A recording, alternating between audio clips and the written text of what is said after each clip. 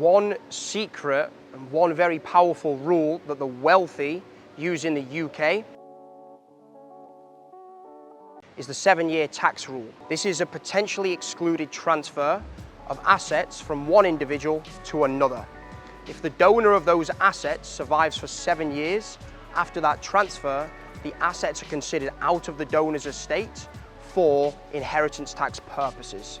It's important to note that the donor can't continue to receive the benefit.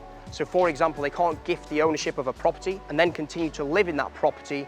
If they do that, it'll be considered in their estate. 7 years, and then the assets are considered out of the estate and won't be liable to that 40% inheritance tax charge. Now, of course, there are other planning methods that we can use in the UK to reduce inheritance tax.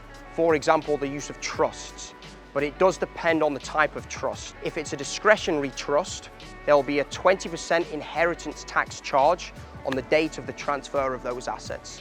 So there's lots of different tools we can use, but the 7-year tax rule is a very effective and powerful rule that the wealthy in the UK use to reduce their personal liability on inheritance.